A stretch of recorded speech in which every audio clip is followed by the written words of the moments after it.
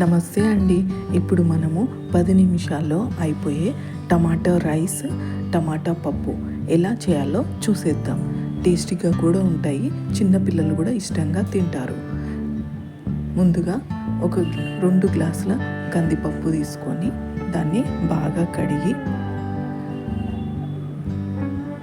కొలత ప్రకారము 1 గ్లాసు నీళ్లు పోసుకొని దాంట్లో ఒక 1/2 స్పూను అల్లం వెల్లిగడ్డ పేస్టు, ఒక 1/2 స్పూను పసుపు, 1 స్పూను కారం పొడి, తగినంత ఉప్పు వేసుకొని ఒక 1/4 కిలో అన్ని టమాటాలు కట్ చేసుకొని వేసుకొని దాంట్లో కొత్తిమీర కూడా వేసుకొని బాగా కలిపి మూత క్యాప్ ఫిక్స్ చేసుకోండి.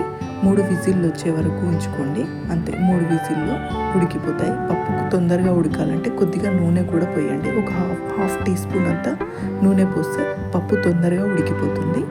ఇదొక టిప్ అండి. ఇప్పుడు దాంట్లోకి పోపు పెట్టుకుందాము.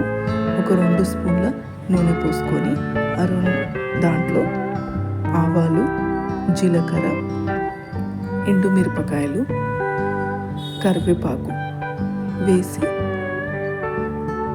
అది వేగంగానే పప్పులో వేసి దాన్ని ఒక 2 నిమిషాలు ఉడికించుకొని హాట్ డిష్లో వేసుకోండి. హాట్ డిష్లో వేసుకుంటే మనకు రాత్రి వరకు కూడా వేడిగానే ఉంటుంది. ఈ విధంగా వేసుకోండి.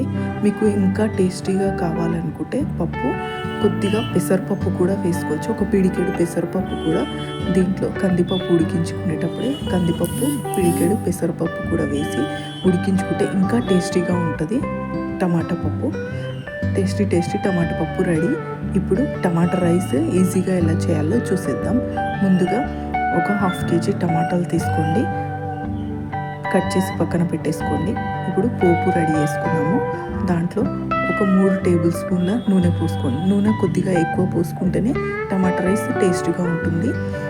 3 టేబుల్ స్పూన్ల నూనె, ఆవాలు, జీలకర్ర, ఎండుమిరపకాయలు, 2 పచ్చిమిరపకాయలు, 1 నిమిషం వేగంగానే దాంట్లో కట్ చేసుకున్న టమాటాలు, 1/2 స్పూన్ అల్లం వెల్లిగడ్డ పేస్ట్, 1/2 స్పూన్ పసుపు, కొద్దిగా కొత్తిమీర, కరివేపాకు కూడా వేయండి. వేసి ఒక 5 నిమిషాలు ఉడికించుకోండి. తొందరగానే ఉడికిపోతుంది. హై ఫ్లేమ్లో పెట్టినా సరే తొందరగానే ఉడికిపోతుంది. టమాటాలలో నీరు శాతం ఎక్కువ ఉంటుంది కాబట్టి ఏం అడుగు పట్టుకోదు. హై ఫ్లేమ్ పైన ఒక 5 నిమిషాలు ఉడికించుకోండి. తర్వాత సిమ్ చేయండి. చేసి ఈ విధంగా నూనె తేలాక కారం, 1 స్పూన్ కారం పొడి, ఒక తగినంత ఉప్పు వేసుకొని బాగా కలిపి ఒక 5 నిమిషాలు ఉడికించుకోండి. అంతే, టేస్టీ టమాటా రైస్ కర్రీ రెడీ. ఇప్పుడు ఎంత అవసరమో అంతనే కడాయిలో ఉంచుకొని దాంట్లో రైస్ కలుపుకొని వేడివేడిగా సర్వ్ చేసుకోండి. ఈ విధంగా కొద్దిగా కర్రీ ఇంకో బౌల్లోకి పక్కన తీసుకొని ఎంత రైస్ వేడిగా సర్వ్ చేసుకోవాలనుకుంటారో అంతనే రైస్ కలుపుకొని సర్వ్ చేసుకోండి. అంతే, పిల్లలకు బాక్స్లో కూడా తొందరగా రెడీ అయిపోతుంది. టమాటా రైస్ టేస్టీగా కూడా ఉంటుంది. నా వీడియో కనుక మీకు నచ్చినట్లయితే లైక్, షేర్, కామెంట్, సబ్స్క్రైబ్ చేసుకోండి.